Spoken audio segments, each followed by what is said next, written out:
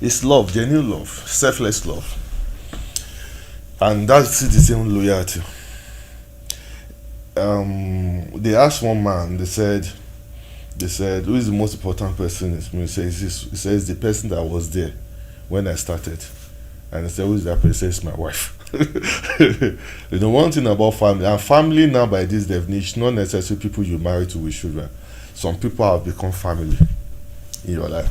There are people that it's you they love and are interested in know what you have or what you do.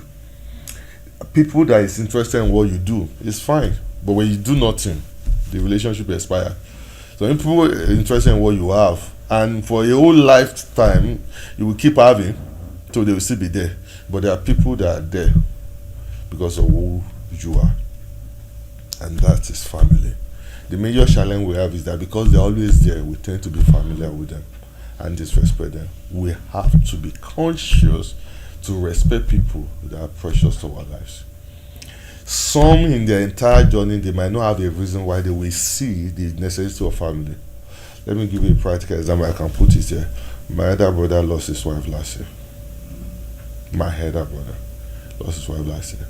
I traveled to Nigeria to check on the wife before she died. They never told me what was the problem. And the next time it was, for the first time, my brother was crying on the phone. Wailing on the phone. He touched me. And because he's a loyal person, he's the only person I would say in my family that support my ministry, listening to my message, send money into my account. I'm even feeling like crying. It pained me. I told my wife, I said, look, I can't leave this guy. It cost me 1.6 million to get ticket to come to Nigeria. I waited in Doha for 8 hours. It was like 45 minutes. I landed in Abuja.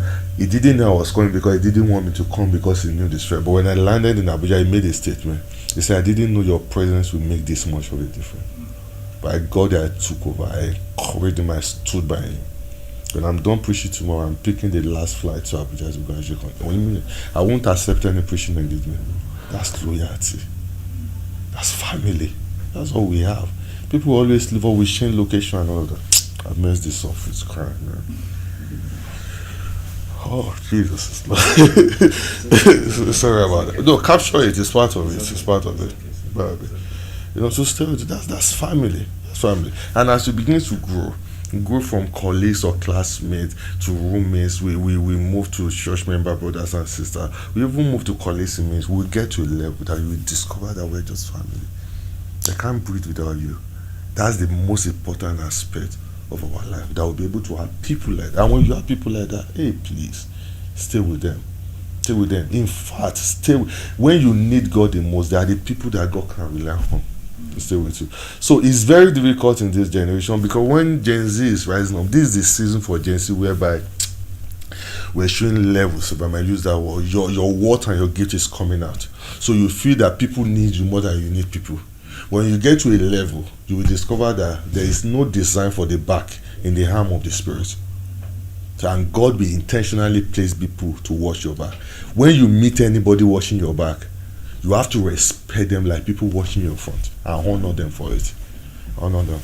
So if I'm advise anybody understanding my voice, please, when God places people around you, the greatest time that you are valuable to them is when they are down. Even when it's their fault, stay with them. Take them out of the pit first before you correct them. It's critical to journey of life and destiny.